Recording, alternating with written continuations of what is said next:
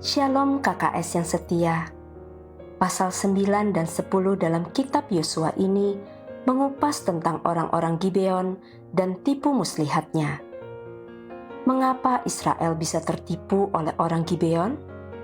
Sebab Israel terjebak dalam belas kasihan dan tertipu oleh muslihat dan kelicikan bangsa Gibeon.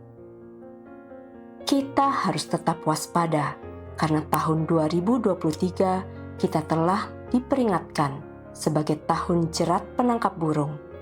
Silakan KKS membaca Mazmur 91. Berhati-hatilah dengan perjanjian bisnis, berhati-hatilah dengan mulut manis dan air mata orang, agar kita tidak terjebak dan terhindar dari kerugian.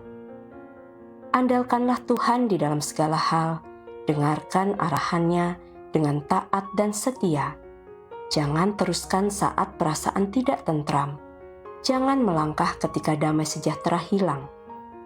Peka akan peringatan-peringatan Tuhan meluputkan kita dari jerat penangkap burung, karena di dalam kebohongan terkandung kutukan. Yosua 9 ayat 14-15. Lalu orang-orang Israel mengambil bekal orang-orang itu, tetapi tidak meminta keputusan Tuhan. Maka Yosua mengadakan persahabatan dengan mereka dan mengikat perjanjian dengan mereka bahwa ia akan membiarkan mereka hidup, dan para pemimpin umat itu bersumpah kepada mereka. KKS, mari menjadi orang-orang yang bersih hatinya.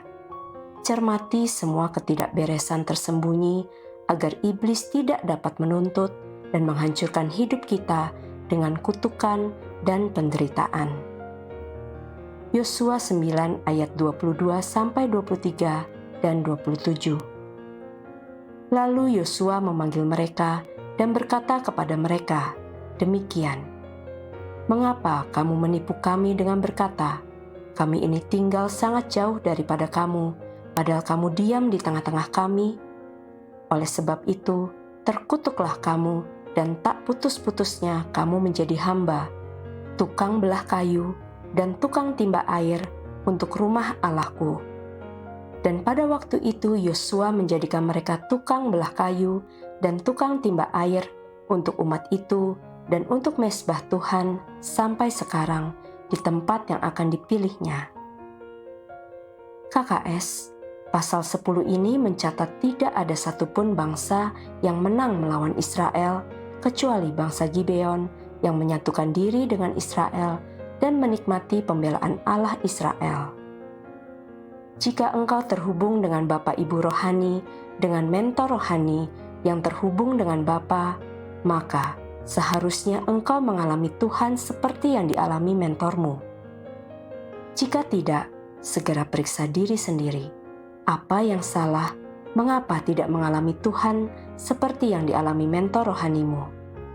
Jangan-jangan engkau menyimpan konflik tersembunyi atau mengutuki Bapak Ibu rohanimu.